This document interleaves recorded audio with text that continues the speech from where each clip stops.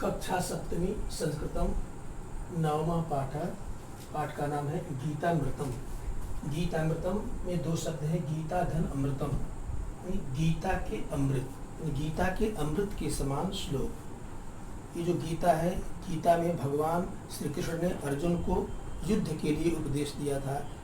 जिस समय कुरुक्षेत्र के मैदान में अपने सगे संबंधियों को देख करके अर्जुन को मोह हो गया था कि हम इनसे क्यों युद्ध करें, तो उनके मोह को दूर करने के लिए श्री कृष्ण ने गीता के 700 श्लोकों से उनके मोह को दूर किया।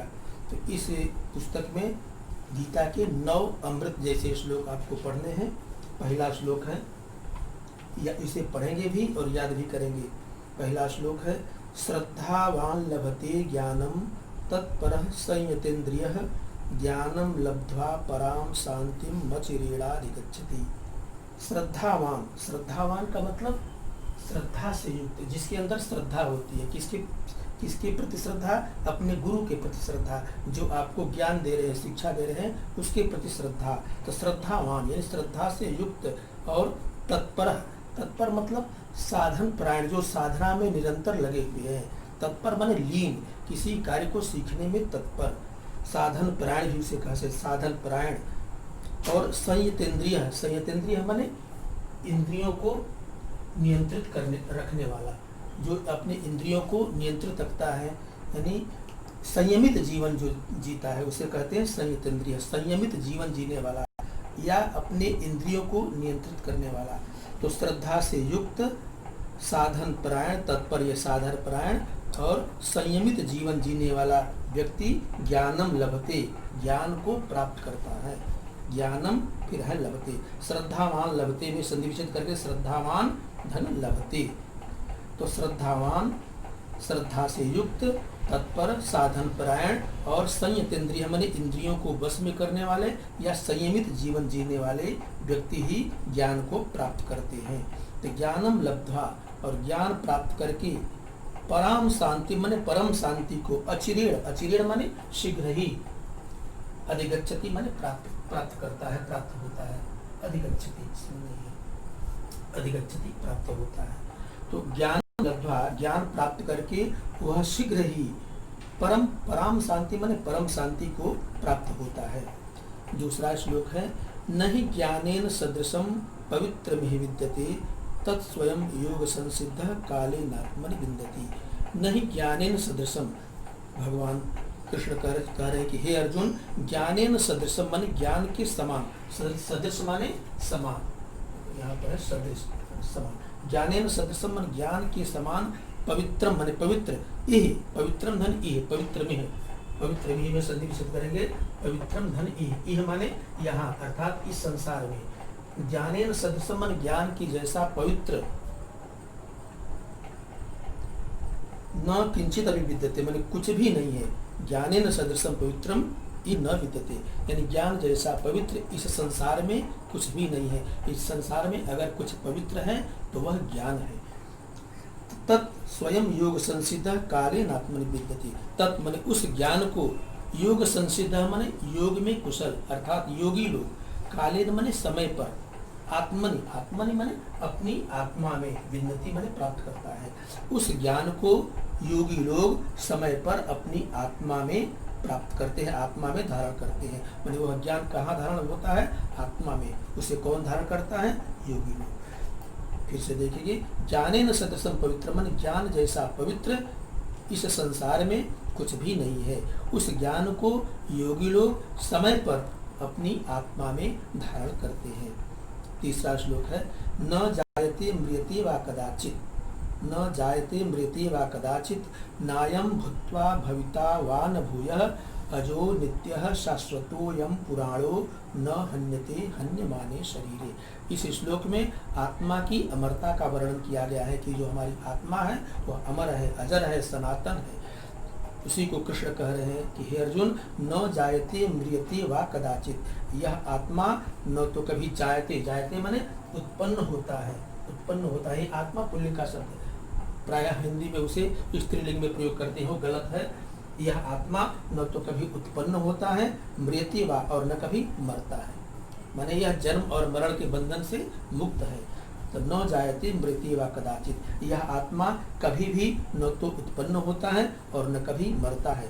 नायम, नायम में संधिविच्छेद करेंगे, न धन अयम नायम, और न तो यह भुक्ता माने एक बार होकर, भविता वा न भूयः, भूया माने दोबारा, भविता माने होगा, एक बार हो करके दोबारा कभी नहीं होगा, अर्थात एक बार हो चुका है और दोबारा होगा ऐसा नहीं है। तो वह एक बार होकर फिर दोबारा कभी नहीं होगा। अजो नित्य शाश्वतो यम पुराण है, यह आत्मा का लक्षण है कि अज, अज माने अजन्मा, जिसका जन्म न हो, अज, अजो, अजह को अजो, अजह माने जो जन्म न ले, अजन्मा।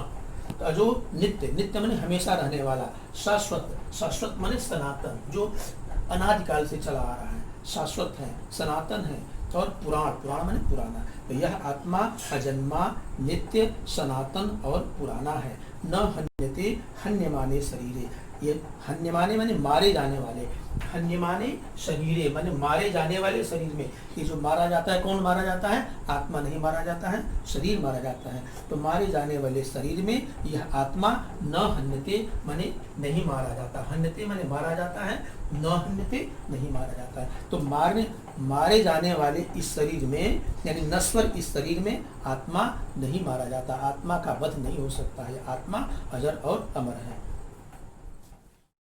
श्लोक संख्या 4। तेज क्षमा धृति शौचम अद्रोहो नातिमानिता भवन्ति संपदम दैवीम अभिजातस्य भारत। श्री कृष्ण कह रहे हैं कि हे भारत, भारत माने अर्जुन, हे भारत, हे अर्जुन, तेज, तेज माने कांति, तेज माने कांति, क्षमा, क्षमा करना, कांति क्षमा करना, धृति, धृति माने धैर्य, शौचम, शौचम माने पवित्रता, देखिए शौचम पवित्रता, अद्रोहो, अद्रोहो माने दुश्मनी न करना, किसी से द्वेष न करना, और नातिमानिता, नातिमानिता में संधि विच्छेद है, न अतिमानिता, अतिमानिता माने अत्यंत घमंड, न माने नहीं, यानी अत्यंत घमंड न करना। तो तेज, क्षमा, तेज का मतलब कांति, क्षमा, धृति धैर्य, शौच पवित्रता, अद्रोह किसी से दुश्मनी न करना, और अधिक घमंड न करना, नातिमानिता अधिक घमंड न करना। ये अभिजातस्य माने अच्छे कुल में उत्पन्न व्यक्ति की, अभिजात, अभिजात कहते हैं उच्च कुल में उत्पन्न, उच्च कुल में उत्पन्न व्यक्ति की दैवी संपदम भवंती माने ईश्वरीय संपत्तियां होती है, माने जो व्यक्ति अच्छे कुल में उत्पन्न होता है उसकी ये तेज, क्षमा, धैर्य, शौच माने पवित्रता, अद्रोह माने किसी से दुश्मनी न करना, और अधिक घमंड न करना, ये दैवी संपत्तियां होती हैं, ईश्वर उसे संपत्ति दे करके उत्पन्न करते हैं। अभिजातस्य भारत, अभिजातस्य माने उच्च कुल में उत्पन्न, माने उच्च कुल में उत्पन्न व्यक्ति की ये ईश्वरीय संपत्तियां होती हैं। तो उच्च कुल में उत्पन्न व्यक्ति की ईश्वरीय संपत्तियां कौन होती हैं? तेज, क्षमा, धैर्य, शौच माने पवित्रता, अद्रोह किसी से दुश्मनी न करना, और अधिक घमंड न करना, यानी जो उच्च कुल में उत्पन्न व्यक्ति है उसके ये लक्षण होते हैं। अगला श्लोक 5वां। श्रेयान् स्वधर्मो विगुणः परधर्मात् स्वनुष्ठितात् स्वधर्मे निधनं श्रेयः परधर्मो भयावह। कृष्ण कह रहे कि हे अर्जुन, श्रेयान् स्वधर्मो विगुण, स्वधर्म माने अपना धर्म, विगुण माने बिना गुण वाला, बिना गुण वाला भी अपना धर्म, श्रेयान माने अच्छा होता है, परधर्मात् स्वनुष्ठितात् माने दूसरे के धर्म का पालन करने की अपेक्षा, दूसरे के धर्म का पालन करने की अपेक्षा, अर्थात दूसरे के धर्म पर चलने की अपेक्षा बिना गुण वाला अपना धर्म श्रेयस्कर होता है, श्रेष्ठ होता है, अर्थात हमें अपने धर्म पर चलना चाहिए। आगे कह रहे हैं कि स्वधर्मे निधनम श्रेय, स्वधर्मे अपने धर्म पर निधनम, निधनम माने मृत्यु, निधनम मृत्यु, मर जाना, अपने धर्म पर मर जाना श्रेय माने अच्छा है, लेकिन परधर्मो भयावह, दूसरे का धर्म, दूसरे के धर्म पर चलना यह भयंकर होता है। अर्थात जो तुम्हारा धर्म है, युद्ध करना, आतताइयों को दंड देना, कि तुम अपने धर्म पर चलो, तुम युद्ध करो, युद्ध करना ही एक क्षत्रिय का धर्म होता है। तो परधर्मो भयावह, दूसरे का धर्म भयावह होता है, भयंकर होता है। और श्लोक संख्या 6। असंशयम महाबाहो मनो दुर्निग्रहम चलम अभ्यासेन तु कौन्तेय वैराग्येण च गृह्यते।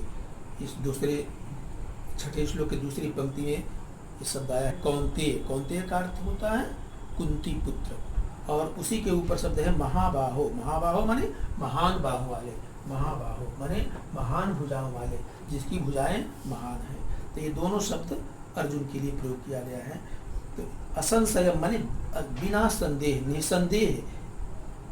कृष्ण कह रहे हैं कि हे अर्जुन, निसंदेह यह जो मन है, दुर्निग्रह माने कठिनाई से नियंत्रण किया जाने वाला और चंचल है। ये चंचल मन तो चंचल होता ही है, यह चंचल, इस चंचल मन पर नियंत्रण करना बहुत कठिन है। दुर्निग्रह माने जिस पर नियंत्रण करना कठिन है, दुर्निग्रह जिस पर नियंत्रण कठिन है। तो हे महान बाहु वाले अर्जुन, इस चंचल मन पर नियंत्रण करना बहुत कठिन है। लेकिन हे कौन्तेय कुंती पुत्र, अभ्यासेन वैराग्येण च, अभ्यास और वैराग्य से गृह्यते माने इस पर नियंत्रण संभव है। यानी इस चंचल मन पर अभ्यास और वैराग्य से नियंत्रण किया जा सकता है।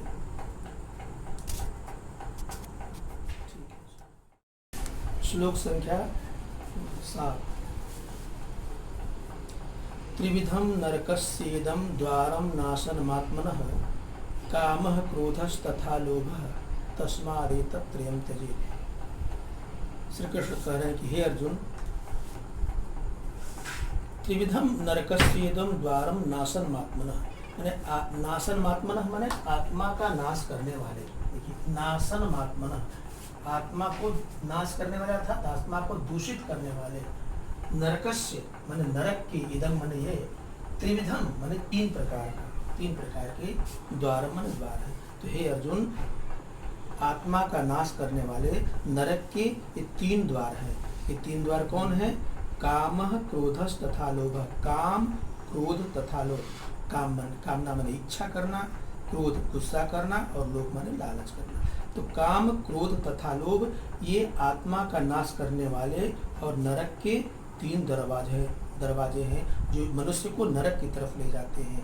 तस्मात् माने इसलिए, एतत् त्रयम् माने इन तीनों को त्यजेत माने त्याग देना चाहिए।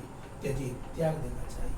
यानी काम, क्रोध और लोभ जो नरक के तीन द्वार हैं, इसको एक मनुष्य को त्याग देना चाहिए। काम, क्रोध, लोभ से दूर रहना चाहिए। और श्लोक संख्या 8। यदा यदा हि धर्मस्य ग्लानिर्भवति भारत अभ्युत्थानम धर्मस्य तदात्मानं सृजाम्यहम्। भारत माने अर्जुन। श्री कृष्ण कह रहे हैं कि हे अर्जुन, यदा यदा माने जब धर्मस्य ग्लानिर्भवति, धर्म की ग्लानि माने हानि होती है। जब धर्म की हानि होती है, और अभ्युत्थानम धर्मस्य, अभिउत्थानम अधर्मस्य माने अधर्मस्य अभिउत्थानम माने अधर्म का उत्थान होता है। तो यदा जब धर्म की हानि होती है और अधर्म का उत्थान होता है, तदा माने तब आत्मानं माने स्वयं को सृजामि अहम, मैं उत्पन्न करता हूँ। तब तक स्वयं को मैं उत्पन्न करता हूँ, अर्थात स्वयं को मनुष्य के रूप में मैं अवतरित होता हूँ। और अंतिम श्लोक है, परित्राणाय साधूनां विनाशाय च दुष्कृतां धर्म संस्थापनार्थाय संभवान युगे युगे। परित्राणाय माने रक्षा करने के लिए। परित्राणाय रक्षा करने के लिए। किसकी रक्षा करने के लिए? साधूनां, सज्जनों की रक्षा करने के लिए ये भगवान के अवतार का उद्देश्य है। सज्जनों की रक्षा करना। विनाशाय च दुष्कृतां माने बुरे काम करने वाले, अर्थात दुष्टों का विनाश करने के लिए। दुष्कृतां विनाशाय, दुष्टों के विनाश के लिए। और धर्म संस्थापनार्थाय, और धर्म की स्थापना के लिए। युगे माने हर युग में, सतयुग में, त्रेता युग में, द्वापर युग में और कलयुग में मैं संभवामि माने उत्पन्न होता हूँ, अवतार लेता हूँ।